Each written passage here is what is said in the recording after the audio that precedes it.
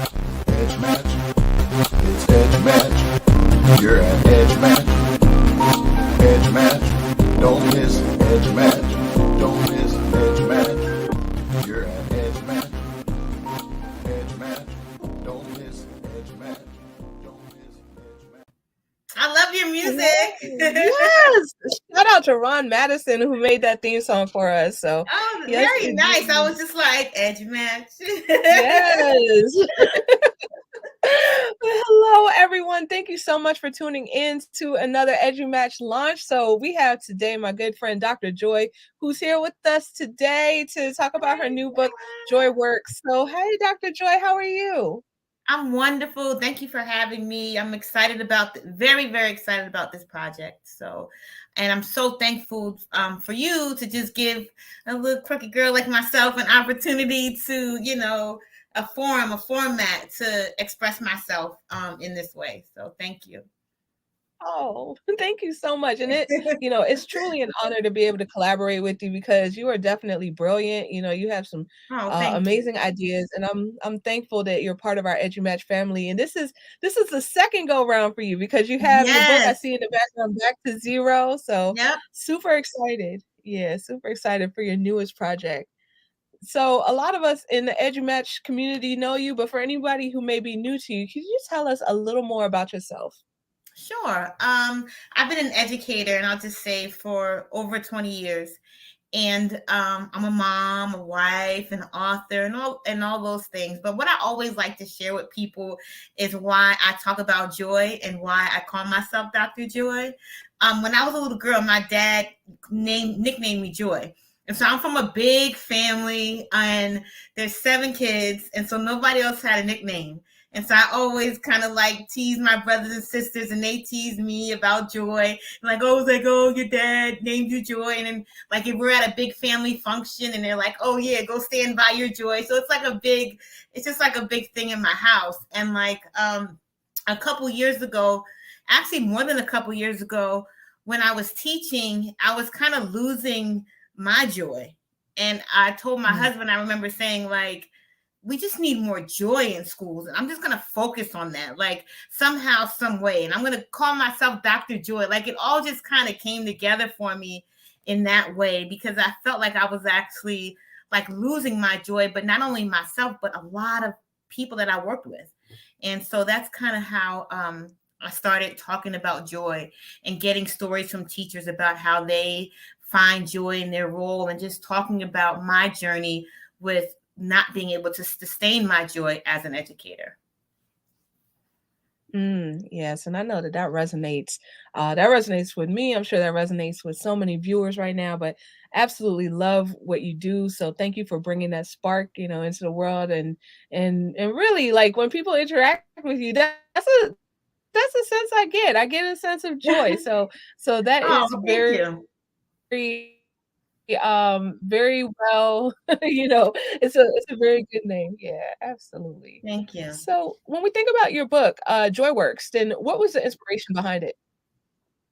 Well, I think it was definitely like trying to sustain my joy as an educator. I was an administrator at the time, and I tell a story in the book about just how I connect the story of doing the heavy lifting with your joy. When I was having a conversation with my son, but I was like losing my joy. Like I couldn't sustain it. Like I just felt I couldn't find joy in anything I did. And I had reached this point in my career where I was so happy to be an administrator, and I entered it with just such great hopes. But then once I got there, I was just like, oh my goodness, is this for me? Like I'm not happy. And I just started to reflect on my whole career as an educator and the different roles that I served in. And I realized that I loved the roles that I served in. I loved what I was doing, but I was having an issue just navigating different workplaces and everything that came with the role of an educator. And so many of us go through that. We always say we love what we do, but it's all the other stuff. And so I had to really come to the realization that I was carrying a lot of those attitudes and feelings from role to role, and that it was on me to do something about it, because it didn't matter what role I got, what dream job that I thought I was entering.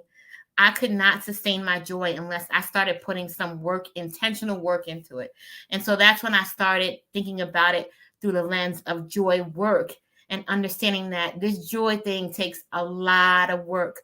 It takes a lot of intention. It takes courage. It takes consistency. And so that's when I started really kind of switching the way I talked about it and really knowing the reality is that it takes work. And so that's where Joy Works comes from. I just talk about 8 different lessons that I learned as an educator just on my journey to trying to sustain my joy. Absolutely. That is powerful. That is powerful right there. So appreciate you sharing the origin story. So this kind of relates to the question before, but why is the subject matter of the book important to you? Well, I think it's important to me because I just, you get into this work, you love it, I understand that you can't depend on your circumstances, your principal, your colleagues, potlucks, awards, or anything like that to help you sustain your joy. And so to me, it's important because I want to see educators take ownership of their joy. I don't want to see, people leaving the field because they're looking for joy, like to come up somewhere like major or to jump out of a desk or to just grab them and, carry them. I want them to know that it takes work and together we can do it. We can support each other. We can be intentional. It comes from within. It's your work. You have to do the heavy lifting. And I believe in that so much. And I want educators to see it, especially during this time. I mean, this time, we've always had struggles in education. But this time we have to admit it's been so difficult for so many of us. And just our feelings, our mental health, our physical health, our emotional health has really been on the line over these last couple of years. And so it's more than ever now, we have to take ownership of our health, of our well-being, and of our joy. And we can't leave it up to anybody else to do it. Not our school districts, not our organizations, anything that we serve. We have to find a way to take ownership of it. And it takes bravery, and we have to be brave enough and courageous enough to do it. Mm-hmm. Yeah, absolutely. I definitely hear you and agree on that. That there is, this has been a challenging few years to say the least. And I love what you're saying about how we need to take ownership of our joy. And just like they say, you can't fill from an empty bucket. So so definitely taking that ownership of our joy. So I love that. I love everything you just said.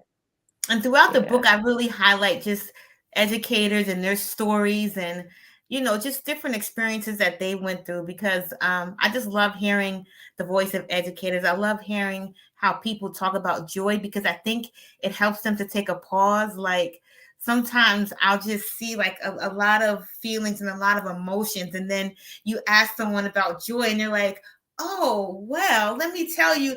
And sometimes it just kind of helps to switch that narrative when you're kind of spiraling down, just to take a pause and know that you can find it. You can identify it somewhere where you are. You just have to take a moment to do it. Yeah, absolutely. Setting that time aside and being intentional. I 100% feel you on that. Yeah. Yeah. So who is the audience for this book? Who would be your primary audience? I think everyone. For me, I just wrote it for educators in general who are striving to keep their joy. So I'll just leave it simple like that. Anyone who wants to work at their joy, who wants to stay in the game, who's striving to just every day, I always say every day you get up and you try, you're winning. So anybody who is just trying, wants to move forward, is not ready to give up, this book is for them. Yeah, absolutely. And there's so many people out there that can take so much from the book and relate to all of the stories and the wisdom being shared. So that is fantastic. Yeah. So what other resources do you suggest for readers? And also, where can they find you online? Well, you can find me, everything is JoyWork EDU. So my website, my Twitter handle, Instagram, my Facebook page, even my emails. Everything is joywork.edu. And I tell people, like, when I started really working or doing my joy work, my reading life changed. I always had something near me that was, that just taught me about this different skills and self-management skills, self-regulation skills, just anything to support me as a whole person, not just my brain and my academic, not just how to help a student or how to help, an organization, anything that could help me as a whole person, my whole being. I just was reading, whether it's poems, quotes, books, having conversations with other people, just being involved in dialogue, just creating sort of like your own system. I have a group chat with my 6 siblings, and that's like, not only do I get educated in different ways, do I learn new things, but it's also good for my soul. I have friends that, have things that we like to share with each other. So it's just constantly surrounding yourself with people who want to do this joy work. I think that's important. I think that's the best way to get educated. And reading, never underestimate the power of reading, because you're learning constantly from reading all different types of sources. And so that's what I would say to do. Just look at things that grab your attention and start reading it, start embracing it, start learning new things, be around different people, just stretch yourself, and I think that's the best way to learn. Just dive in. Yeah, absolutely. I love that. Definitely connecting with those that you love, and also people who you meet online, and resonate with, building up those networks. So absolutely. So that is awesome. Wanted to thank you, Dr. Joy, for coming on the show and telling us about your amazing work. Can't wait to get this out into the world. So thank you so much for your time and for being here. Thank you, Sarah. It's always nice to talk to you. Oh, same here. Same here. The feeling is definitely mutual. And to our viewers, thank you so much for tuning in, whether it be on our video or on our podcast. If you're interested in getting Joy Works, then you can, if you want to do a book study or something of that nature, you can contact me at edumatchbooks@edumatchers.org to buy in bulk. In addition, you can find Joy Works and also Back to Zero by Dr. Joy on Amazon, Barnes & Noble, and on our website, edumatchpublishing.com. So everybody stay safe. Thank you again for tuning in. And, thank you again for all of the great work, Dr. Joy. And thank you, everybody Sarah. take care. All right, thanks so much. Bye. It's Edge Match. Edge Match. It's Edge Match. You're at Edge Match. Edge Match. Don't miss